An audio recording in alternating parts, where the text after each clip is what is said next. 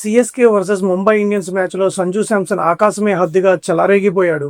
ముంబై పైన ఐపీఎల్లో సెంచరీ కొట్టిన తొలి సిఎస్కే బ్యాటర్గా చరిత్ర సృష్టించాడు. ఇన్నింగ్స్ లాస్ట్ బాల్ ని బౌండరీ కొట్టి తన సెంచరీని పూర్తి చేశాడు. ఈ అద్భుతమైన ఇన్నింగ్స్ తో సిఎస్కే స్కోర్ ఏకంగా 207కి చేరింది. 218లో వాట్సన్ తర్వాత ఒకే సీజన్ లో సిఎస్కే తరపున 2 సెంచరీలు చేసిన బ్యాటర్ గా రికార్డుకెక్కాడు. ఈ మ్యాచ్ లో ముఖ్యంగా ఫాస్ట్ బౌలర్లకు చుక్కలు చూపించాడు సంజు శాంసన్. పేసర్ల మీద ఏకంగా 40 బంతుల్లో 83 పరుగులు చేశాడు. ఇది ఈ సీజన్ లో సంజుకి 2వ సెంచరీ కాగా ఓవరాల్ గా ఐపీఎల్లో 5వ century. Kohli, Buttler, Chris Gayle, K L Rahul తర్వాత అత్యధిక ఐపీఎల్ సెంచరీలు చేసిన ప్లేయర్ గా నిలిచాడు. అంతేకాదు ఇండియన్స్ తరపున అత్యధిక టీ20 సెంచరీలు చేసిన లిస్టులో 8 సెంచరీలు చేసిన హిట్ మ్యాన్ రోహిత్ శర్మ సరసన చేరిపోయాడు.